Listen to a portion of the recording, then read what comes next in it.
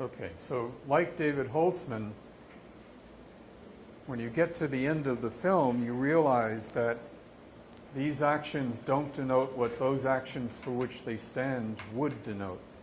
That this is not a real, quote, real rape victim. This is an actress representing what a rape victim would be like. Part of what makes it something between fiction and documentary is that the dialogue comes from tape recording interviews with women who had actually been raped. And they were interviewed by a collective of women about what it was like. And many of them described how the police and friends doubted their stories. And that made it all the more painful. So again, when you learn that this film is not what it appears to be, the response can be different. You can, on the one hand, feel angry that you've been deceived. You can feel relieved that she is not an actual victim being abused again, not by the rapist, but by the filmmaker who is repeating the same kind of abuse. He's treating her with a lack of respect and trust and belief. He's questioning her story. And he's doing something very similar to what the rapist did and what the police did. But we learned that it is a representation of that through the scripting and the acting rather than actually subjecting a real person to further abuse. So it could be relief that this is not what it seems to be. But it's clearly a film like Land Without Bread that makes us think about ethics. It makes us think about how do you encounter other people respectfully? And how do you make sense of a film and process that question of what kind of message is this message? It comes on many levels, and it's a confounding, complicated question.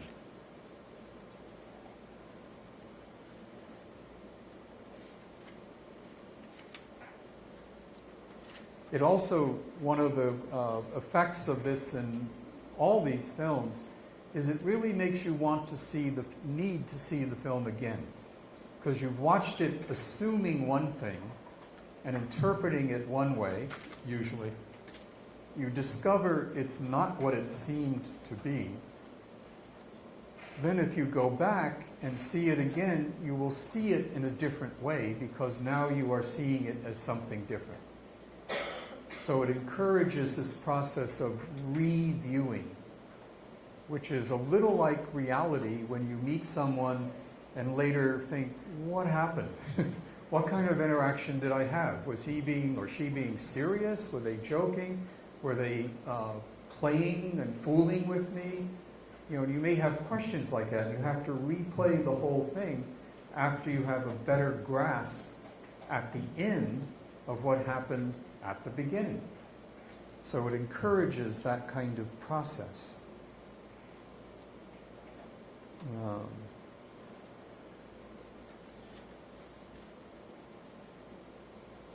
There's another example I'll show, well I won't show, I'll play, that goes back, which again is I think an interesting take, which has a couple of different lessons in it. This was a radio broadcast. It was very famous. You may have heard about it. It was when Orson Welles presented The War of the Worlds that Steven Spielberg got around to later. This was earlier, and he did it on radio, and he did it as if it were a series of news bulletins breaking in, like the storm in the US now, you know, breaking in as new information unfolds about the landing of Martians on the Earth. And it broke into a show of live music from a dance hall in New York City. So we had a music show, people dancing, dance music from the 1930s. This is 1939. And then news of Martians arriving on Earth. What's interesting is when it was broadcast, Wells was so good at making it seem real that some listeners thought it was real. So I'll play some of the recording of the broadcast. The whole thing's about an hour. It's on the web. We'll just play the first few minutes. So again, this is the beginning. Okay.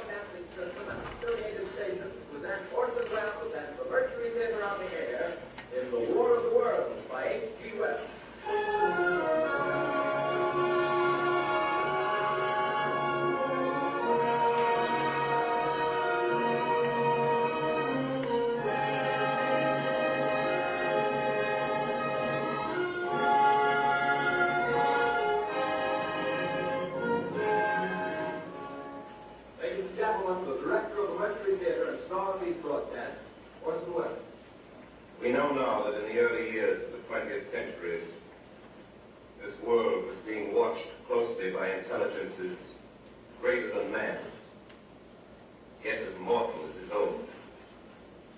We know now that as human beings busied themselves about their various concerns, they were scrutinized and studied, perhaps almost as narrowly as a man with a microscope might scrutinize the transient creatures that swarm and multiply in a drop of water.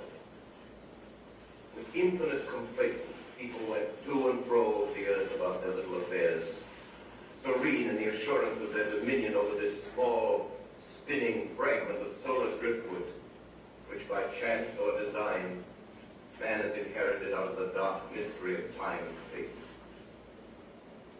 Yet across an immense ethereal gulf, minds that are to our minds and ours as the beasts in the jungle, intellects, vast, cool, and unsympathetic, regarded this earth with envious eyes and slowly and surely drew their plans against us. In the 39th year of the 20th century came the Great Disillusionment. Near the end of October, business was better. War scare was over. All men were back at work. Sales were picking up. On this particular evening, October 30th, the Crosby service estimated that 32 million people were listening in on radios. Change in temperature. A slight atmospheric disturbance of undetermined origin is reported over Nova Scotia, causing a low-pressure area to move down rather rapidly over the northeastern states, bringing a forecast of rain accompanied by winds of light gale force. Maximum temperature 66, minimum 48. This weather report comes to you from the Government Weather Bureau. We take you now to the Meridian Room in the Hotel Park Plaza in downtown New York, where you will be entertained by the music of Raymond Raquel and his orchestra.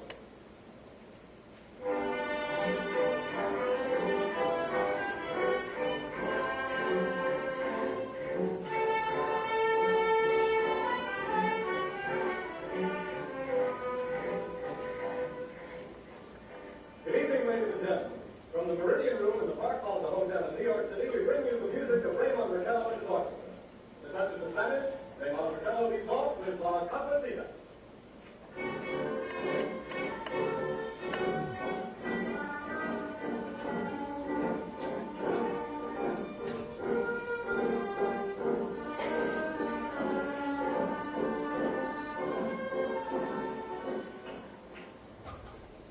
Ladies and gentlemen, we interrupt our program of dance music to bring you a special bulletin from the Intercontinental Radio Bureau. At 20 minutes before 8 Central Time, Lieutenant Farrell of the Mount Jennings Observatory, Chicago, Illinois, reports observing several explosions of incandescent gas occurring at regular intervals on the planet Mars. The spectroscope indicates the gas to be hydrogen and moving toward the Earth with enormous velocity. Professor Pearson of the Observatory at Princeton confirms Farrell's observation and describes the phenomenon as, quote, like a jet of blue flame shot from a gun, unquote. We now return you to the music of Ramon Marcello, playing for you in the Meridian Room of the Park Plaza Hotel, situated in downtown New York.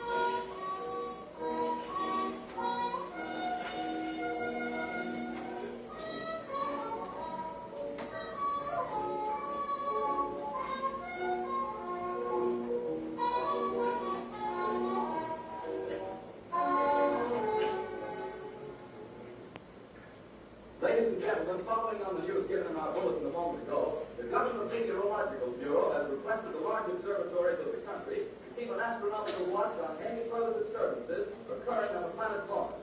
Due to the unusual nature of this occurrence, we have arranged an interview with another astronomer, Professor Pearson, who will give us his views on this event. In a few moments, we will take you to the Princeton Observatory at Princeton, New Jersey. We return you until then the music of Ramon Marcello and Irônico. Okay. Yeah. Okay. This goes on, but there are already some hints, and the next moment we'll get another big hint. It's more than hints, it's outright statements that this is not real, like the opening when he says it's the Mercury Theater, it's Orson Welles, it's War of the Worlds. So there are things telling people this is not real. But Welles, two things happened. One, a number of listeners missed the beginning. They did not hear the beginning for different reasons. So they came in later when it seemed like it was music and news. Also, Welles was just very good at making it feel real. The voices, the codes and conventions of news are honored, but the news itself is false. And it points to one of the qualities of documentary that allows for irony, is that the feeling of truth in a documentary often comes by using the codes and conventions of documentary rather than from telling the truth. If you use the codes, you can produce a truth effect. Like Man Bites Dog, where the killer talks to the camera using the convention of an interview with a real person. It feels like it's a real interview. And that effect is because of the code or convention, not because of what he's telling us, which is false. But it's harder to see that if you use the codes. And Welles uses them very well for radio news. It should have been clear to anyone that rocket ships taking off from Mars, landing on Earth, invading New Jersey, and killing everyone in New York probably could not happen in 40 minutes before the show is over. And yet that's what happens. So there's a lot of things to make you think this cannot be true. But apparently, and I don't know if it's myth or truth, but like Lumiere's train arriving at a station, some people got in their cars and fled from New York before the Martians could get there. Whether that's true or not, I'm not sure, but there were many people who were upset and thought Welles had tricked them in a cruel way. And irony can often feel cruel if you don't get the joke, if you're the butt of the joke, so to speak. But if you understand it, it can be a source of humor and pleasure as well. There's another thing that the fact that some people got very angry and upset, even though there were many clues that this is not real, this is a fabrication, it's a enacting of a fiction. There's another important thing that may have happened with this broadcast that's not uncommon. Once you begin to interpret a text as one thing, once you begin to think, I know what kind of message this message is, then it's likely that you will look for things that confirm what you already suspect, and you will ignore things that can contradict what you already suspect. So they may think, how could the Martians have gotten here in 10 minutes? That doesn't make sense. But they will push that aside and say, but wait, the newscaster says they've landed in New Jersey. It must be true. It's news. This is very similar to Menoni's idea of fetishism, which in one sentence, his idea was, I know very well, but all the same. Which is, for a fetish, you know very well that this signifier does not denote that for which it stands would denote. That a shoe, for example, for a shoe fetish, is just a shoe. It's not a person, it's not erotic, it's just a shoe. But for the fetish, they know very well that it's, if you say, look, that's a shoe, and you're holding it, you're putting it to bed with you, you're in love with the shoe, they say, yeah, I know very well, I know it's a shoe, but all the same, even though I know that, I still have this feeling for it that I can't control, I can't explain. I just love shoes. It's a fetish. And I think that happens with ironic texts if we don't get it.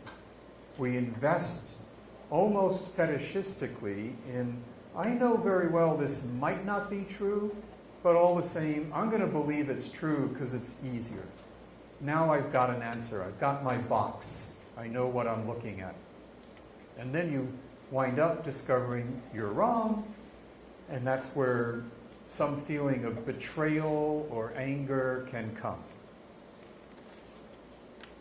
One other thing that I want to point out, I'm going to skip one of the clips for time, but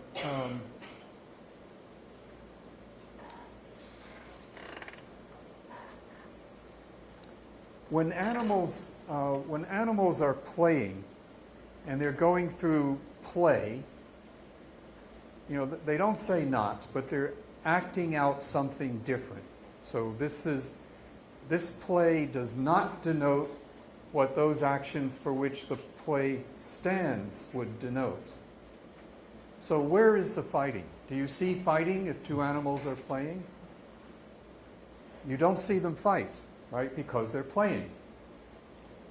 It sounds obvious, but the point is that when you make an ironic film or a mockumentary or play, then the thing you are referring to is absent.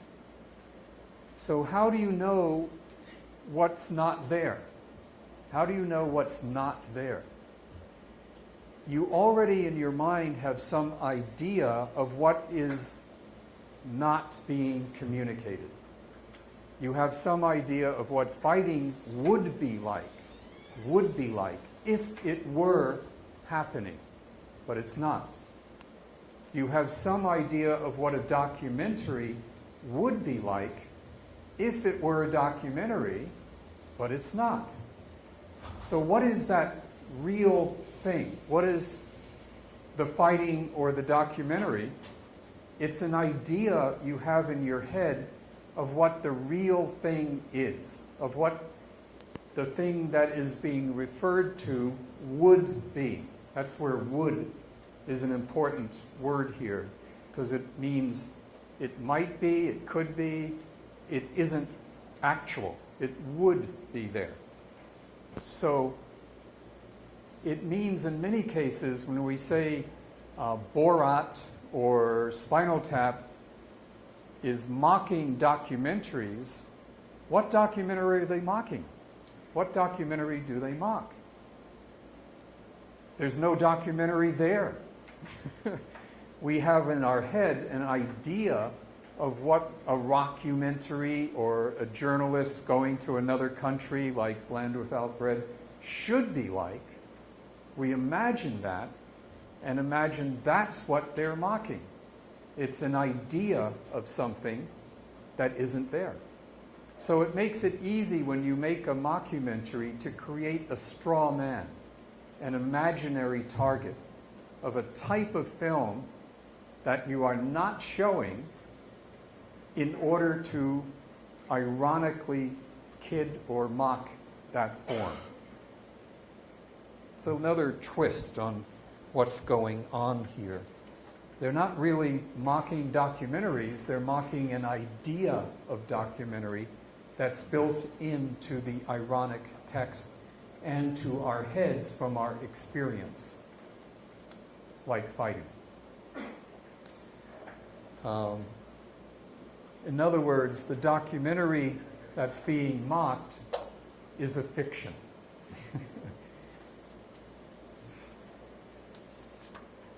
Okay, so let me conclude by returning to Encounter in another vein. Because these films that are ironic are in some ways frustrating or thwarting or blocking our sense of direct, immediate contact with reality. They're making us think about what kind of message is this message, rather than think, I know what the message is, I just need to understand the meaning. I know it's serious, I know it's not serious, I know it's a joke, I know, so now let's just focus on what's the information, the meaning. Irony makes us think about the package. How is it framed? What kind of message is a message? What it's framing is, I think, an ideal like the idea of documentary. The thing that's not there, in some ways, is what we wish were there. It's what we wish Encounter was really like, even if it isn't. So it's a bit of a fiction. But I think it's close to what Martin Buber described as I-U, a sense of direct, immediate, complete, full, respectful trust and belief in another person. You do not get that in irony, but I think that's what is not there. So it's what is our idea of what could be there. And I want to show you an example of a film which I think comes pretty close to giving you a sense of what real encounter is like, could be like, without the irony. In other words, I think it's a representation of the fiction that irony invokes but does not present, of what real encounter could be. So this is from the work of Peter Forgas, who, as Fernão was mentioning, he and I were here in Brazil last February, in Rio, Sao Paulo, and Brasilia, where his films were being shown, and we had conversations because there's a book of essays I helped to edit about his films. They're really wonderful films. And I know they're somewhere here in Brazil because they were all shown. Maybe Patrice knows where they are. Patrice Rebelo is one of the organizers of the event. This is from a film called Free Fall. And it's typical of Forgas movies. He doesn't he doesn't film anything. He collects film. He collects home movies. So these are home movies, old. In the case of Free Fall, it's footage shot by a Hungarian man, György Petto, of his life in the 1930s and 1940s. And this scene is from 1939, same year as War of the Worlds. And it's a scene of his lover, wife, Eva. I'm going to show a little before it and a little after it so you get a sense of it fitting into the film. But it's a very personal, very private, very special moment. And I will not try to trick you. This is real. It is a true home movie. It is not ironic. It is not a mockumentary. That's the truth, really. So this is different. And I think you feel that you're watching something that has a kind of precious quality to it. That Ava, who we see, undresses and takes a bath and goes to bed and invites, she moves her fingers, just this little movement like that, to the camera. But it's not really to the camera. It's the person behind the camera, her lover, who she's inviting to come join her in bed. I think it's quite a magical, precious moment. And it's the kind of moment that I think mockumentaries make us wish for. So let's watch that last clip.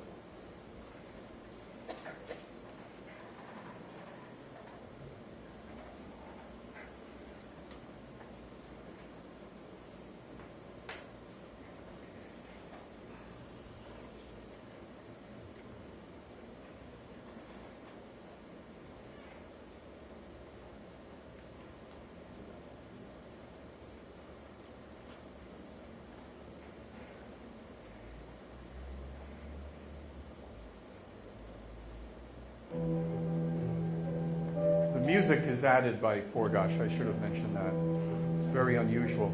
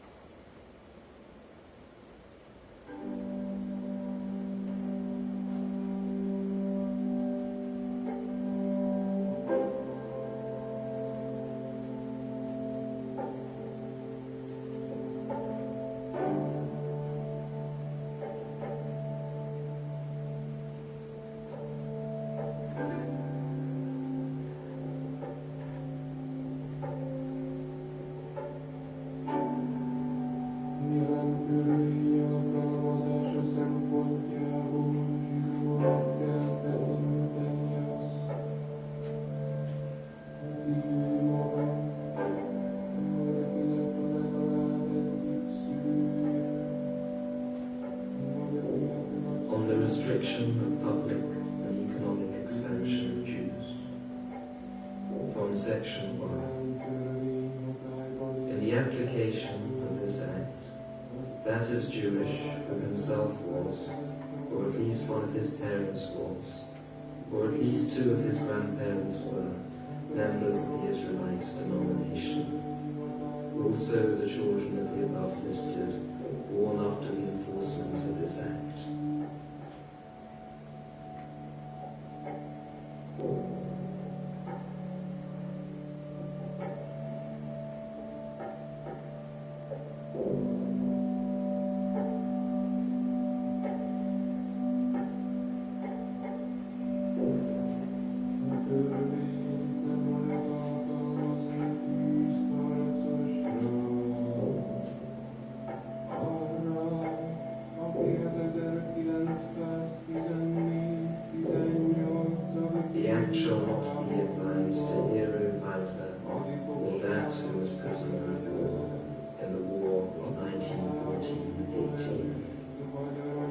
Who was decorated with a silver or gold medal of valor in that war.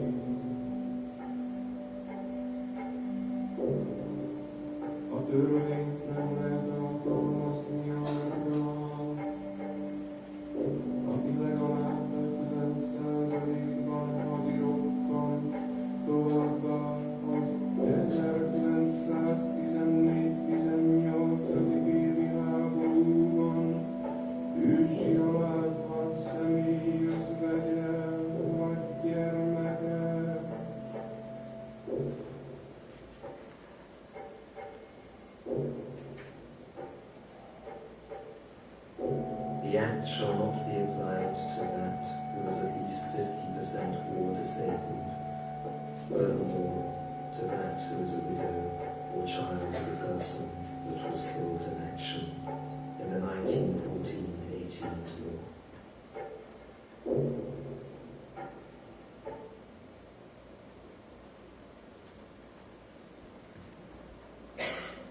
Okay. Yeah, I think it's a very beautiful moment, that moment in the film. And in the book of essays on Forgas, Kaja Silverman has an essay where she writes about this moment, I think, very poetically. It's very touching and very beautiful. And I think it's that which the signifiers that don't denote that which they stand for would denote. This is it. This is what real encounter is like, when two people meet and embrace with their hearts rather than with the ironic wink. And it's in a home movie. It's not in a big epic fiction or big documentary. It's just a man's home movie of himself and his lover. There is one level of irony I should mention, though, which is in the sung oratorio that goes, and the speech that goes with what we see, because these are the laws that the Nazi government from Germany imposed wherever they had power, including Hungary. So these laws were the beginnings of what was to be the final solution, where they tried to exterminate all the Jews. Jorgi Petto, the man who made the film, was Jewish, and his wife was Jewish. So Forgas is putting these laws about who cannot do business and the exceptions that are in the beginning of this process, where you can think, oh, it won't affect me because I was in World War II or I have a handicap or whatever. They were very clever in an evil way about how they did it. But instead of making a big point of the laws, there's the music, the singing, and the voice, all introducing them in a way that I think the image defeats. Because instead of getting us to think about, anti-Semitism or the Nazi plans for Jews, it really draws our mind and eye, I think, to what two people in love are like, and how that exceeds, goes beyond what any law could possibly describe. That these are not people who are Jewish or not Jewish, or rich or not rich, or veterans or not veterans. These are human beings. And to see two people in love embracing each other through a camera because of their intimacy, in a way, is, I think, in one sense, the ultimate defiance of the power of the state. Because the state has the power to kill. But individuals, have the power to love. And I think Forgas, by using this sequence, reminds us of the power we have in how we encounter others. That irony twists for its own purposes. So, thank you.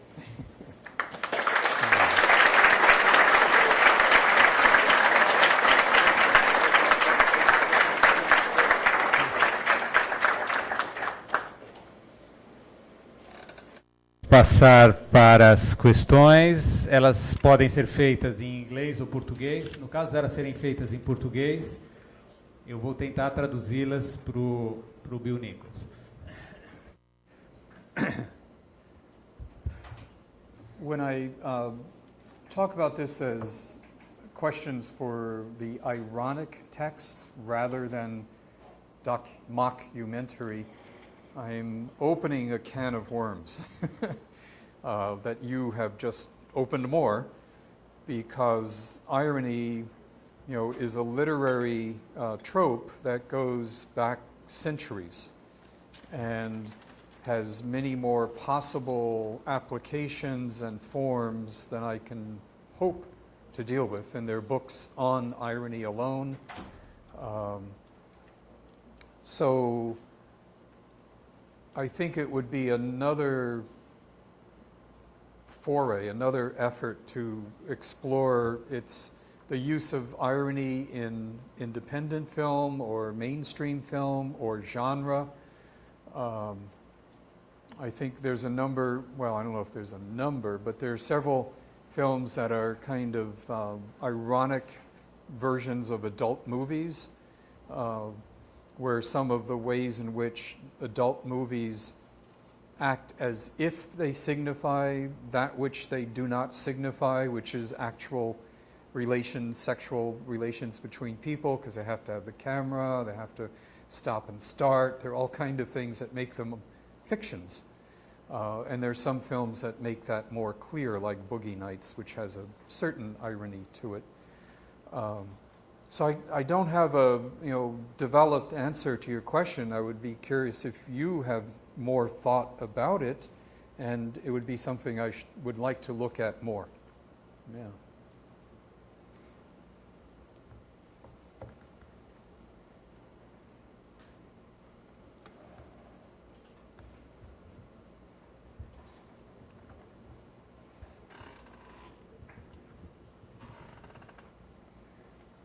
Mais alguma questão?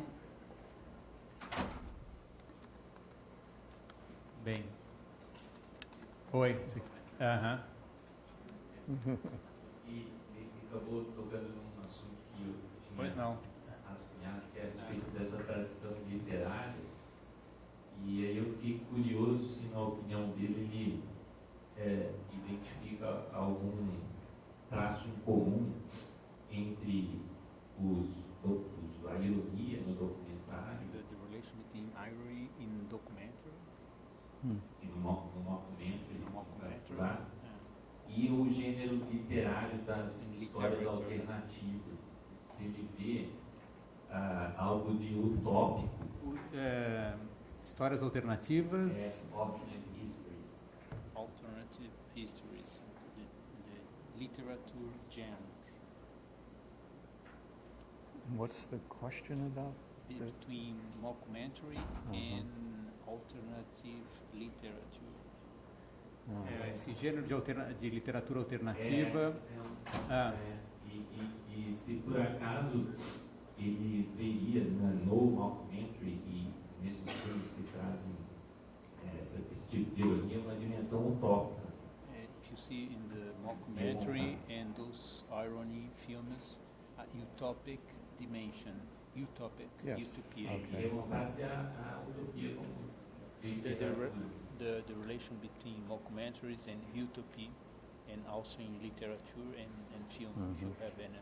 Okay. any words to say. Yeah, so we're back in the can of worms again. A lot of worms in the box. And I think, irony is one of those, irony is a form that is aware of form. So unlike realism or even sometimes modernism, it is a way of signaling an awareness of the conventions that normally apply. And those could be social conventions as well, of how we think reality is structured. When you have an ironic view of, say, bureaucracy, part of what you are doing is saying it could be otherwise. It could be different. One of the forms that takes in literature, apart from, irony in general, but I think a form of literature that is often ironic in that sense is science fiction. And science fiction is often saying not quite what it means and not meaning quite what it says, because it's using the future to talk about the present. very often. We go into the future to visit another world, but it's really a comment on the world we have now. It was very popular in the Soviet Union in the 20s because science fiction stories about the Soviet Union later did not typically get censored because they were not about reality, but they were in a disguised form. So it was saying these signifiers do not denote what the signifiers for which they stand would denote. That we're speaking about a future, and we're not talking about the reality that is like this future. We're just talking about the future. But usually, science fiction in the Soviet Union in the 20s was critical. So instead of presenting a utopia of what communism could become, it was presenting a critical view of what communism was. It was totalitarian, it created a sense of objectification, it reduced people to objects, to I-it relationships. There's a number of books, I'm trying to think of the name of one that's slipping my mind, but there are a number of works like Brave New World in 1984 and so on that were speaking of the Soviet Union as it existed, but projecting it into the future so they could say with a wink, I'm not talking about now. This is not about now. Wink. So there was an irony involved, and irony can allow for criticism. When Freud talks about jokes, he reminds us that a joke often has an aggressive or a hostile quality. There's something about it that is violent or aggressive, and instead of attacking directly by making a joke, it allows the person joking to say, I'm only joking. I'm only joking. I'm not really attacking you. You may be doing something, I think, like Borat. If you've seen Borat, in cultural learnings, to help, blah, blah, people, da-da. When Borat says, may we celebrate this with the blood of all of the Iraqis, or things, he just exaggerates the rhetoric of war, and I hope you will kill all of the children in Iraq, and things like, he says these outrageous things. But because it's in the context of a film that's ironic, and we know he's exaggerating and not a real warmonger, you can laugh at what he's saying, and yet it's aggressive, it's critical, it's very hostile to the American government's policies of waging war in Iraq. But he could say, oh, I'm not serious, I'm just joking. So I think that irony is a double-edged, like double binds, it's double-edged. It appears to be one thing when it's another, and it allows you to be critical when you can, and to deny it. It allows you to be critical and to say, I'm not really being critical. I'm just having fun. That's the mock quality. This is just a joke about rock music, Spinal Tap. It's not really critical of documentaries. It's not really critical of bad rock and roll bands. Maybe it isn't, but it allows it to say and deny that it might be.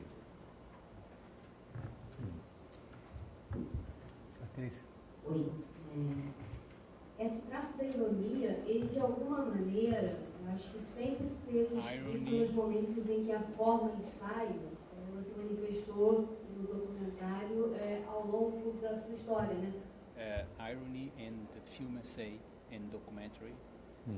Film essay and documentary, do you understand? Essay and documentary, the relation between irony and essay in documentary. Isso a gente, Bom, a gente podia citar desde os filmes do Bertov, os filmes da vanguarda francesa do René, do Bismarck. Avant-garde, French avant-garde, impressionismo. De alguma maneira, será que esses filmes, os mockumentaries, que justamente mock com as convenções, não se inscreveriam, sem querer criar historiografias e cronologias engessadas, mas será que eles não se inscreveriam um pouco nessa história, como herdeiros? Mockumentaries, the relation between mockumentary and the avant-garde, if they are not the heritage from the avant-garde, from the... Você diz a vanguarda dos anos 20? Dos anos... Então, Chris Marker, Agnes Varda, the relation between avant-garde, the 20s and the 60s, and the mockumentary. Okay. That's all? Okay, so the question is about the essay, the avant-garde, and the mockumentary. There's a new book called The Essay Film, which is quite good, and it's trying to make clear how essay films are different, similar, but different from other documentaries, and share qualities with the avant-garde, by Tim Corrigan. I think the thing that many avant-garde films, many essays, as Corrigan in his book on the essay film defines, and the mockumentary, or what I would call the ironic film, have in common. The thing they tend to have in common is what I was describing as that moment when you try to figure out what kind of message is the message. What kind of message is the message? That is, that they all are capable and often do produce a destabilizing effect. They make our normal cognitive processing of here's reality, I know what's going on, I'm secure, I'm stable, I can just continue to be me as the world unfolds around me because I am me, period. These films question that, and you say for a minute, what happened? I thought it was one thing, I'm not sure anymore, I don't know what it is. Is my thinking, my analyzing, my processing working? Am I who I think I am? And that's where Montaigne, when he, je ne me trouve pas où je me cherche, he doesn't find himself where he looks. And I think that puzzlement of what's going on is one that's shared by much of the avant-garde, mockumentary, and the essay film at certain moments. It's not constant all the time. You don't watch the film and say, I don't know what's going on all the time. But it is destabilizing sometime. And it throws then into question who it is we think we are. Julia Kristeva, who I did not quote, but she has a comment that when I was talking about fetishism, that one of our biggest fetishisms is language, that we fetishize language. And where are we in language?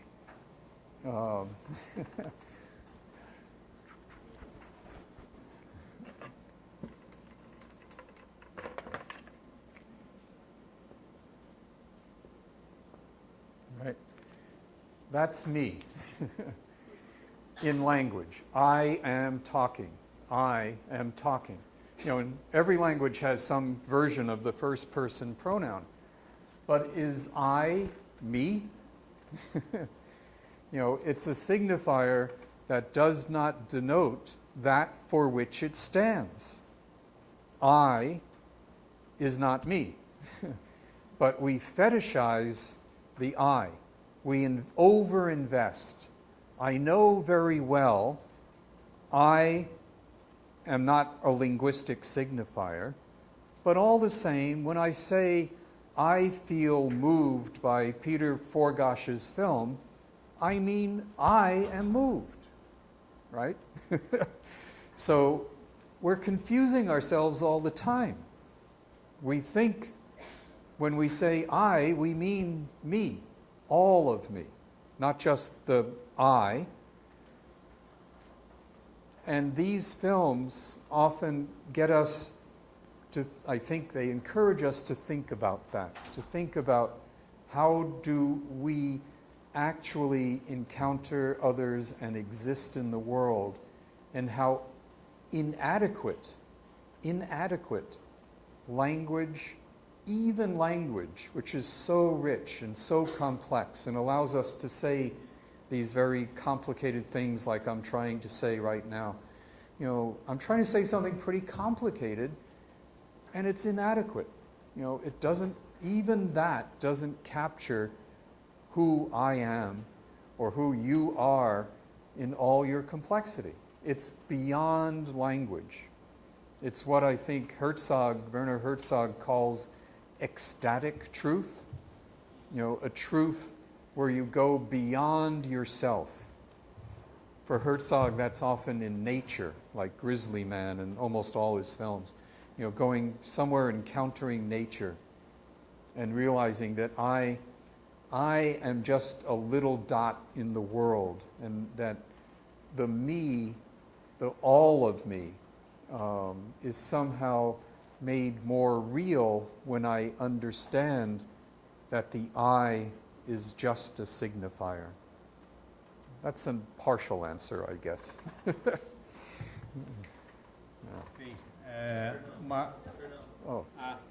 Tá, então mais duas questões e a gente termina, que tá você e depois o Márcio aqui. Tá? Não. Tá sem som. Tá sem som lá, aqui também. Tá sem som nos microfones.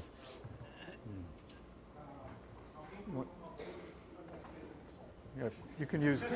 Can you use this one? This one? No. No. Seems you have a problem. We have a situation. A situation. Situation, as we say in America. Yes, a situation. Situation. It's a very good expression. Alô? Não? Alô, voltou. Hello. I'll try.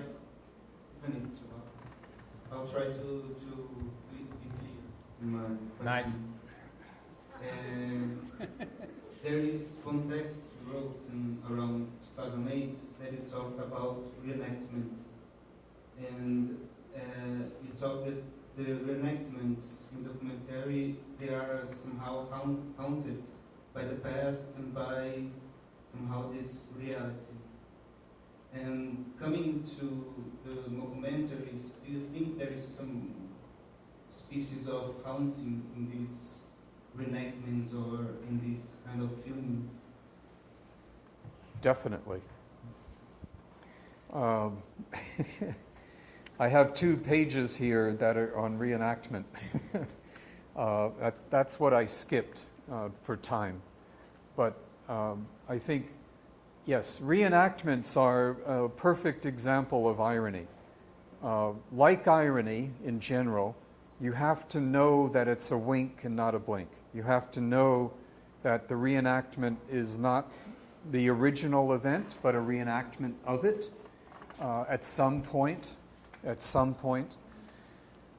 Second, that the signifiers, the reenactment, those signifiers do not denote that for which they stand would denote. That is, when we see the reenactment, we know we are getting a representation of something that has already happened and was not filmed. So we're seeing something from a point of view which is retrospective. It's looking back and giving meaning and coherence to something that happened that could not have been done at the time because it's now reenacting. Like, what was that film? United 93, or I think it was 93. It was a film about the airplane that was supposed to crash into the White House on September 11, and the passengers prevented it, and it crashed in a field. Michael Winterbottom directed. And it's based on reality. So it's a fiction, you know, most people say it's a fiction, but it tried to reenact what it would have been like in that plane if we could have been there and seen it. So it has the form of irony in this sense, that it's signifiers standing for something that is not present, but it's what it would have been like if we could have been there. The example I was going to show is from a film called Reconstruction, which was, it's a recent film about a film originally made in Romania, I think in the 60s, about 61, about a bank robbery. The robbers, this is under communism, bank robberies almost never happened because it was the people's money. So why would you steal your own money? Certain logic. But anyway, the robbers decided to rob the bank to liberate the money from the communist government that they felt was failing. So it was a political act. They were caught. After they were caught, they were made to reenact the robbery. They had to confess that they were forced, you know, interrogation, to confess, and then they were made to reenact. And it's a good example of how the reenactment does not stand for that which it represents, would have stood for, because when they go through the motions of reenacting, now they are prisoners. They are not rebels. Now they've been interrogated and beaten down, so they're not defiant. And they go through the, you know, reenactment, you know, not like, I'm going to, you know, give me the money. They go, you know, sort of, give me the money. You know, it's like they're already defeated. And the state wanted to show its power by showing how these robbers were brought to justice. But the film was not shown, and I think one reason it was not shown is it really shows how the state's power produces a new form of injustice by debasing, humiliating, and demeaning and objectifying people, by making them small, by not respecting them as people. So it's a reenactment that is definitely ironic in ways the government may not have even intended, by failing to capture the spirit of the robbers and instead reducing them to defeated victims. But yes, the basic answer is, yeah, I think reenactments often usually have an ironic quality. You know, it's a good question. Thank you. Márcio?